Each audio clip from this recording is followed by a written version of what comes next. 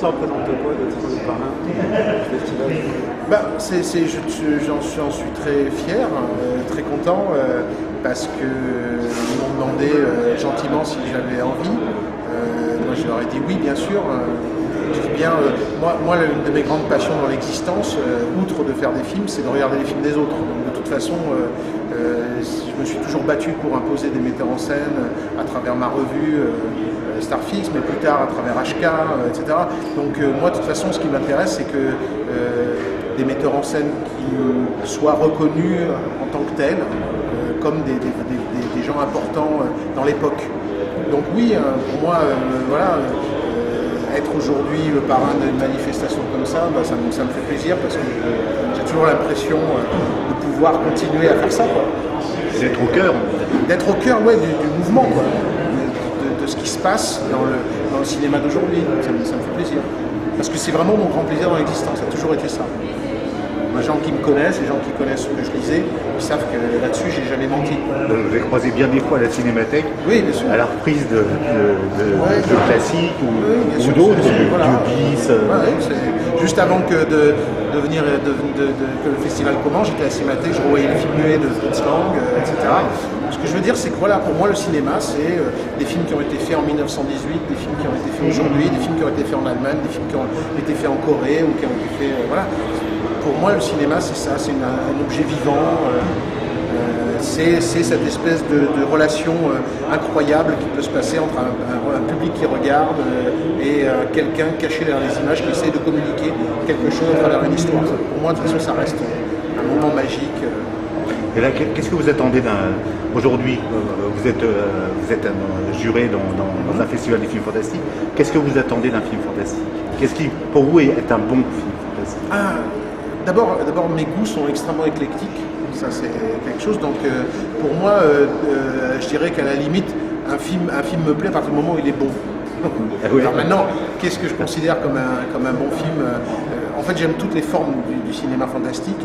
C'est vrai que ma favorite, alors après ça c'est vraiment une question de goût, c'est quand le cinéma fantastique se rapproche finalement du subconscient. C'est-à-dire que j'ai toujours aimé quand le cinéma fantastique garde sa qualité poétique, qui vient du fait que les images semblent directement sorties d'un rêve ou d'un cauchemar. Quand j'ai fait Silent Hill, par exemple, c'était moins pour moi un film d'horreur qu'un film cauchemardesque. C'est-à-dire que j'ai essayé plutôt de l'organiser comme une espèce de cauchemar énigmatique, étrange, plutôt que comme un film d'horreur où il doit y avoir un frisson, un choc, etc. J'ai rien contre les films, je dis bien, où ça tamponne, etc., etc. Mais c'est vrai que pour moi, ce qui m'a attiré, par exemple, sur Silent Hill, c'est facile d'en parler parce que c'était un projet personnel, c'était la qualité onirique du matériau de base. Et en plus, je trouvais que c'était intéressant que ce matériau onirique recroisait certaines inspirations de l'art contemporain. J'ai souvent dans mes films exprimé mon amour du cinéma. Donc, Crying Freeman et Le Pacte des Loups, c'est une espèce de super quiz où vous pouvez dire il aime ça, il aime ça, il aime ça. C'est vrai que Silent Hill, j'ai décidé de moins parler de mes goûts de cinéma, plutôt que par exemple mon attirance pour l'art contemporain. C'est-à-dire que je voulais que les gens regardent une créature et disent on dirait une sculpture de Giacometti, ou on dirait une poupée d'Hans Belmer, on dirait une peinture de Francis Bacon. C'est-à-dire que je trouvais que c'était intéressant d'élargir.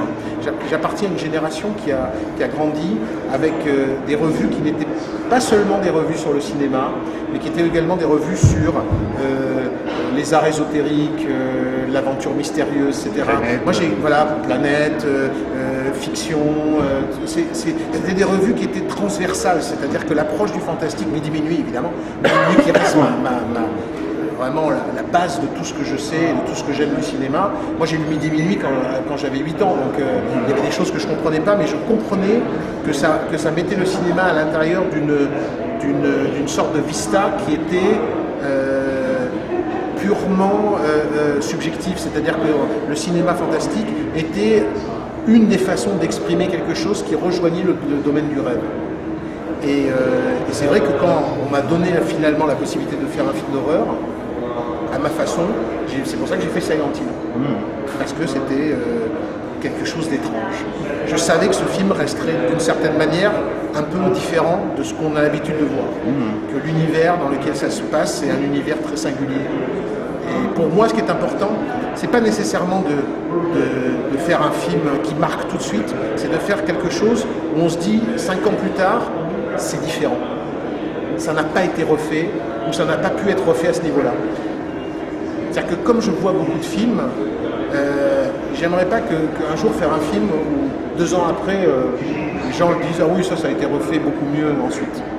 C'est-à-dire que j'essaye d'être très sélectif sur les projets que j'ai et de me dire à chaque fois, les gens regardent ça en disant c'est quand même assez singulier.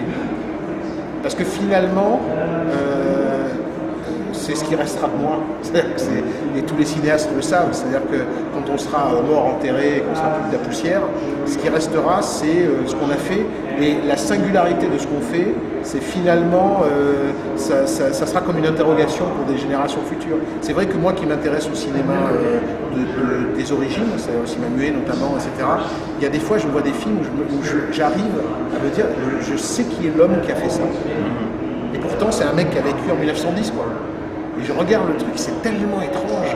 Il y a tellement quelque chose qui se passe à l'écran, et c'est ça qui moi, me plaît. C'est le moment où, quand je regarde un film, je vois à peine filtrer la personnalité de quelqu'un. Qu'après, je sois d'accord avec lui ou pas d'accord. Moi, je voudrais faire un petit flashback en arrière, parce que j'ai grandi avec Starfix, justement. Et là, j'ai une couverture qui était vachement osée, je trouve, pour les années 80, qui m'a interpellé, le numéro 2. On a eu une idée, hein. Ça a été un carton, on a fait 98 000 ventes. Ça représentait justement pour toi cette couverture, ce numéro 2 de Starfix. Écoute, on a été bénis des dieux quand on a fait cette revue. Le premier numéro, c'était, on a mis Dark Crystal en couverture et ça a été le Grand Prix du Festival d'Avoriaz. Et on l'a mis en couverture un mois avant que le festival arrive. Bingo, on a eu le Grand Prix. Donc le premier numéro, on l'a vendu à 75 000 exemplaires, ce qui était à l'époque totalement insensé, hein, parce que les revues de cinéma de genre ne dépassaient pas 25 000 de ventes. Donc il s'est passé quelque chose. Et ça a été le deuxième, ça a inscrit finalement le fait que Starfix, peut-être parce qu'on est, tu sais, à cette époque, tous les rédacteurs de Starfix avaient entre 18 et 22 ans. Moi j'étais le plus vieux à l'époque, j'avais 22 ans. Et en fait, c'était inscrit dans une époque. Et finalement, on mettait le doigt sur ce qui marchait parce que c'était ce qu'on aimait. Pas parce qu'on se posait des questions sur ce qu'il fallait mettre en couverture. T'imagines bien qu'entre 18 et 22 ans, tu ne penses pas la presse d'une manière, tu vois, pragmatique. Tu as envie de mettre des passions, etc. Et quand on a mis Rambo en couverture, c'est vrai que ça a complètement inscrit Starfix dans son époque. Et voilà. C'est assez osé, puisque la France, en général, on a plutôt tendance à parodier Stallone. Oui, mais à l'époque, ça a été un coup de foudre, hein, dans le paysage. C'est-à-dire que pour les gens, c'était une série B, et brusquement, quand les gens le regardaient, c'était plus une série B. C'était un film très, comme ça, très viscéral, très étonnant. Moi, je me souviens en tout cas que les gens étaient stupéfaits par le film. Starfix, ça a été une révolution au niveau de la mise en page aussi. Il y avait ces photos qui étaient complètement éclatées. C'était révolutionnaire à l'époque. Dans le souvenir que j'en ai, on ne voyait pas des doubles pages comme ça. Et après, tout le monde l'a repris. Oui, ce que je veux dire, c'est que Starfix, c'était... nous, le style de Starfix, le style d'écriture, par exemple, c'est parce qu'on était... moi, j'étais passionné par Rolling Stone. La période de Ian Gaynor. C'est-à-dire que je lisais Rolling Stone. Moi j'ai une culture aussi rock, tout ça, donc c'est pour ça que j'ai participé à des aventures comme Rapido avec Antoine Decaune ou les enfants du rock, etc. Donc j'ai aussi une culture rock, et c'est vrai que il y a beaucoup de gens qui ont participé à Starfix qui avaient cette culture rock aussi, Doug Headline, Fred Gordon, etc. Des mecs comme ça. C'est des types qui venaient de rock and folk, qui venaient de métal hurlant, et on s'est tous agglomérés. Et ça a été un moment où on avait des journalistes qui étaient des gens de Starfix, mais aussi des gens qui avaient par ailleurs une expérience à rock and folk, par ailleurs une expérience à métal hurlant, etc. Et ça a donné ce journal-là, avec cette façon d'écrire qui était assez décontracte, mais en même temps éduquée, passionné, et on sentait aussi qu'on aimait John Ford, Fritz Lang, Ward Hawks. C'est-à-dire et donc il y avait ce truc. Donc il y a eu, je pense, une génération de gens qui sont sentis à l'aise avec nous, quoi. C'est-à-dire que d'ailleurs, le journal est devenu, au bout d'un moment, à travers ce publicat, très revendicatif, c'est-à-dire d'affirmer les films qu'on aimait, les genres qu'on aimait, de dire Carpenter, ça sera un jour considéré comme Hawks. Et d'ailleurs, ça n'a pas coupé. Oui. Ce que je veux dire, c'était que, et je me rappelle qu'il y avait, de temps à autre, sortait un article sur nous, où il y avait un mec dans le Nouvel Obs qui disait, et dans Starfix, on trouve ce genre d'assertion comme quoi Carpenter sera un jour comme Hawks. Eh ben oui, c'est parce que c'était évident. En tout cas, nous, à nos yeux de mecs de 20 ans, c'était évident. C'est-à-dire que moi, j'aimais Rio Bravo, mais j'aimais New York 1997. C'était, pour moi, il y avait quelque chose de similaire. Mais vous ne pensez pas qu'il y a toute une génération de cinéphiles et de critiques qui viennent du fantastique, comme à l'époque des cahiers et de Positif, c'était le western. Oui. Moi, je pense que la fantasticophilie, parce qu'on peut l'appeler comme ça, la fantasticophilie a toujours permis à des gens de mettre en avant leur personnalité. C'est-à-dire que ce qui est intéressant avec la fantasticophilie, c'est que c'est un univers où quelqu'un qui vient avec un point de vue original sera toujours bien reçu. Il y a des gens qui ont eu un point de vue original dans le cinéma, par exemple, classique, qui n'ont jamais été reconnus parce que les places étaient déjà occupées par les mecs de Positif ou les mecs des cahiers du cinéma. Alors que dans la fantasticophilie, vous pouvez arriver et taper du poing sur la table et les gens vous écoutent. Et c'est très intéressant parce que ça a été considéré comme un art mineur, comme du cinéma mineur, comme du cinéma finalement de seconde zone, et que beaucoup de gens aussi ont exercé leur point de vue, leur subjectivité combative à travers un cinéma qui avait besoin d'être reconnu. Vous ne pouvez pas avoir la même combativité si vous parlez de John Ford. Voilà, parce que John Ford, ça y est, tout le monde sait que c'est un des 5 plus grands metteurs en scène sur le cinéma. Voilà, c'est tout. C'est comme, c'est dans le marbre.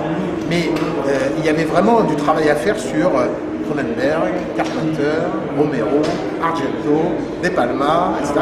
Il y avait Lynch, il y avait un super boulot à faire. Verhoeven. Et nous, on est arrivés et on avait pour nous, tous ces gens-là, personne ne s'occupait d'eux. Moi, je me rappelle avoir appelé Cronenberg au téléphone ou avoir appelé certains metteurs en scène, McTiernan, je suis la première interview qu'il ait jamais donnée pour Nomads. Ce mec, je suis allé le voir à Los Angeles. Il m'a vu arriver dans le bureau, il m'a dit mais pourquoi vous venez me voir? Il était en train de préparer Predator. Je lui ai dit j'ai vu Nomads, je viens faire une interview de vous. Et il m'a dit vous êtes le premier qui venait. Ce que je veux dire, c'est que le jour où j'ai vu Die Hard, qui reste pour moi le meilleur film d'action occidental des années 80, ben, j'étais content. C'est-à-dire que le travail qu'on faisait pour dire voilà, ce mec-là, c'est quelqu'un, ben, ça portait ses fruits. Ce que je veux dire, c'est que c'est ça qui est intéressant. Ce qui est intéressant, c'est à un moment ou à un autre de rencontrer l'être humain qui est derrière l'image. Et je pense qu'on a fait à travers Starfix le boulot, qui est le boulot de simplement aller voir et faire parler des gens qui à l'époque finalement parlaient assez peu, n'étaient pas considérés. Et aujourd'hui, ils sont littéralement récupérés, y compris par les gens qui les ont assassinés à l'époque. C'est par Télérama. Je veux dire, Télérama a massacré tous ces gens-là. Lynch s'en prenait plein la gueule. Aujourd'hui, Et pour revenir aux anciens, c'est la même chose pour Fischer. Léon, pour Baba aussi. Voilà, c'est-à-dire que c'est ça qui est amusant, c'est-à-dire que moi j'ai toujours essayé de me situer un petit peu en avance dans le mouvement. C'est-à-dire que j'ai plus une attitude de chien truffier qui cherche là où ça sent bon, plutôt que d'être dans le mouvement qui suit en disant bah oui de toute façon non ça c'est bien, etc. Non, ce qui est vraiment intéressant c'est d'être très légèrement en avance. Aujourd'hui vous voyez toujours autant de films. Oui. Et qu'est-ce qui est, par exemple, là, qu'est-ce que vous avez vu, qu'est-ce que vous voyez naître comme talent cette année, il y a 2 ans? Moi, cette année, un des talents les plus importants que j'ai vu naître cette année, c'est, je ne parle pas des confirmations, c'est-à-dire on a eu des confirmations vraiment importantes, comme je sais pas, Malik, par exemple, moi c'est vraiment mon film de l'année, Tree of Life, mais sinon, par exemple, le réalisateur de Warrior. Gavin O'Connor, alors ça c'est lui, c'est un mouse costaud. Du coup, j'ai regardé ces deux films précédents, etc. Parce que vraiment, je suis resté sur le bord du fauteuil, comme on dit. Hein, ce truc. Voilà, mais le mec, il a un sens du cinéma qui est une efficacité qui est totalement insensée. Donc lui, ça fait partie des... Bon, ce qui m'a fait plaisir, c'est la confirmation de Matthew Reich avec X-Men First Class. Parce que j'avais beaucoup aimé Kick-Ass et le X-Men First Class, ça m'a carrément rompu les os. Vraiment, j'ai trouvé ça superbe. Et sinon, les deux films qui m'ont le plus botté, c'est les deux films coréens, Murderer et I Saw the Devil. Murderer en particulier, où déjà j'avais vu Chaser que j'avais trouvé estomacant, et alors Murderer, je suis resté devant l'écran dans un état d'excitation totale. C'est-à-dire que c'est ce genre de film où je me dis c'est dommage que Starfield n'existe plus parce qu'on aurait adoré en parler. Ça c'est vraiment extraordinaire. D'ailleurs ils sont passés les deux... Totalement à l'as. Mais Murderer, il y a un talent derrière ça qui est assez faramineux. Vous avez vu Tintin? J'ai vu 3 fois. C'est-à-dire que j'ai une longue histoire conflictuelle avec Spielberg, qui est quelqu'un que j'adore et que je déteste en même temps. Je m'en suis jamais caché. J'ai un rapport conflictuel avec lui, mais ce qui est peut-être une forme de passion. Il y a des films de lui qui sont parmi mes films favoris, qui sont généralement d'ailleurs les films qu'il déteste de lui. Donc ça ajoute en plus au climat de tension que j'entretiens avec lui. Par exemple, mon film favori de lui, ça reste le deuxième Indiana Jones, qui est un des films les mieux réalisés que j'ai jamais vu de ma vie. Le fait qu'il le rejette aujourd'hui, voilà. J'adore par exemple Schmelon Express, qu'il déteste, qui est vraiment pour moi un film génial. J'aime en fait quand Spielberg, c'est-à-dire que j'aime le plaisir enfantin, jubilatoire du cinéma, que j'ai retrouvé dans Tintin. Et ça m'a fait très plaisir de le retrouver parce que Indiana Jones 4, c'est réellement un des pires crachats que j'ai reçus sur ma gueule en étant un jour public dans une salle. C'est-à-dire que je me suis senti insulté de voir ça. C'est-à-dire que c'était pas seulement un horrible navet, mais en plus c'était une défiguration d'un cycle que par ailleurs j'aime énormément. Et j'avais été outré. C'est réellement un des pires films que j'ai vu de ma vie et des pires expériences d'une salle de cinéma. Et ça m'a fait plaisir de retrouver le Spielberg virevoltant, jubilatoire dans Tintin. J'ai trouvé que c'était vraiment un film. Il y a des moments insensés, des moments totalement insensés de cinéma. Et j'ai eu beaucoup de plaisir. Je l'ai vu 3 fois en IMAX. Parce que voilà quoi. Quand tu vois un truc comme ça, tu retournes avec tes amis et puis tu es juste content d'être assis, de regarder ce truc. Voilà, la scène où l'avion s'écrase dans le désert et le pare-brise va exploser dans les pales qui continuent à tourner de l'hélice. Et Tintin glisse vers l'hélice et Milou essaie de le retenir. Ça, c'est Spielberg. Il est imbattable sur ce terrain. Imbattable. C'est-à-dire que quand il se met à faire un cliffhanger, comme on dit, c'est comme le concasseur de pierre dans Indiana Jones et le Temple maudit, c'est juste de la leçon de cinéma. Vous regardez ça et vous dites, personne n'a jamais fait ça aussi bien. Personne. Il nous reste une petite minute. Vous pouvez parler rapidement de vos projets, et notamment de Dark Agnès. Oula, tu es au courant de Dark Agnès. Bah écoute, en fait, tu sais, c'est toujours pareil. Pour qu'un projet naisse, il faut qu'il y en ait 4 ou 5 en développement. Donc j'ai 4 ou 5 projets en développement à l'heure actuelle. Sur lequel j'écris, sur lequel je travaille déjà avec certains avec des techniciens, etc., etc. Parmi ceux-là, il y a Dark Agnès d'après Robert Howard. Et c'est un projet qui m'intéresse parce que, je ne sais pas si tu connais l'œuvre de Howard, mais c'est 3 petites nouvelles qui ne sont pas vraiment finies. On sait comment il travaillait, il écrivait, puis il faisait un polish, il revenait, il travaillait sur autre chose, puis il revenait faire un polish. Visiblement, sur Dark Agnès, il n'a pas eu le temps de faire des polish. Mais il y a un truc très intéressant, c'est que c'est Robert Howard parlant à la première personne d'un personnage féminin. Lui qui a toujours réussi à se représenter Conan, Kull, Solomon Kane, brusquement de le voir se mettre dans la peau d'une guerrière, c'est quelque chose que j'ai trouvé extrêmement intéressant. D'autant plus que ce n'est pas fantastique. Ce n'est pas, à proprement parler, une œuvre d'heroic fantasy. C'est plutôt une sorte de cap et d'épée historique, etc. Et en fait, on est venu les ayants droit sont venus me voir en me disant est-ce que ça vous intéresserait de travailler sur Dark Agnes? Ils m'ont fait lire un script qui avait été développé, qui était calamiteux, dans lequel ils avaient mis des sorciers, des combats de sorciers, des machins. Dégager tout ça. C'est l'histoire d'une jeune fille au moment où le Moyen-Âge bascule dans la Renaissance, donc à une époque charnière, et c'est l'histoire d'une jeune paysanne qui va devenir guerrière dans un monde où brusquement on passe d'une époque machiste, patriarcale, à une époque dans laquelle les femmes ont une vraie importance politique. Donc on a développé un film et on a essayé de faire, entre guillemets, le film féministe le plus violent qui sera jamais tourné, si ce film est jamais tourné. On y allait à fond, c'est un film qui sera interdit aux moins de 16 ans, je te le garantis. Et on a simplement, je l'ai écrit avec une fille d'ailleurs, je ne me voyais pas l'écrire avec un autre mec. Et pour nous, l'idée, c'est de faire le film féministe le plus violent du monde. Voilà. J'espère qu'un jour je le ferai parce que c'est cool. C'est une bonne idée, c'est un bon concept. Voilà. Pour moi, le problème des femmes à l'écran, des héroïnes à l'écran, c'est que c'est toujours des fantasmes pour boutonneux.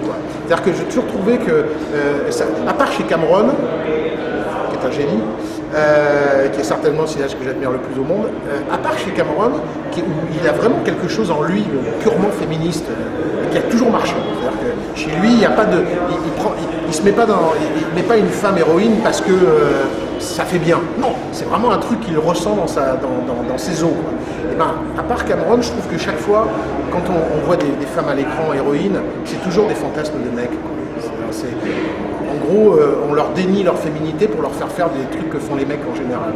Nous, on a essayé de vraiment se poser la question, qu'est-ce que peut être la vie d'une jeune fille dans une époque épouvantable, où on ne vit pas au-delà de 30 ans, et où le destin d'une fille à partir de 14 ans, c'est en gros d'être violée.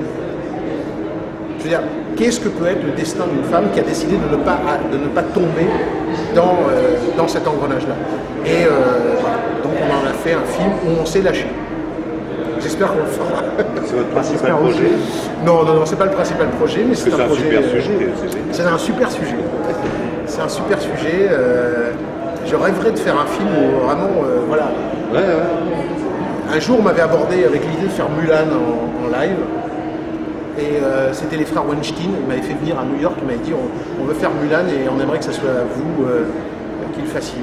Et ils m'ont dit comme ça, je me rappelle, j'ai rencontré Harvey Weinstein, il était en train de faire de la muscu. Il était en spandex, énorme, comme ça, de la muscu. Et donc je m'assois en face de lui, je débarquais de l'avion. Et il me dit ouais, je veux faire Mulan. Et j'étais là, j'avais l'impression d'être face à je sais pas quoi. Et il me dit comme ça, spontanément, la première scène que vous voyez. Et je me rappelle lui avoir dit comme ça spontanément, Mulan, elle est sur un champ de bataille, elle a ses règles, elle est obligée de se poignarder dans la cuisse pour justifier le sang. C'est bon, je me rappelle. Et finalement, ce jour-là, on a exprimé ce qui peut-être serait un jour Dark Agnes. Ah ouais. C'est-à-dire quelque chose vraiment viscéral, c'est-à-dire la féminité représente une alternative dans un monde absolument épouvantable. Voilà. J'aimerais bien le faire. Mais j'aimerais tous les faire. Mais pareil, on verra bien. C'est vrai qu'aujourd'hui, les gens aimeraient voir des films un peu consensuels, un peu soft. Dark Agnes, c'est pas soft. Mais bon. Tant mieux. Voilà. Merci beaucoup.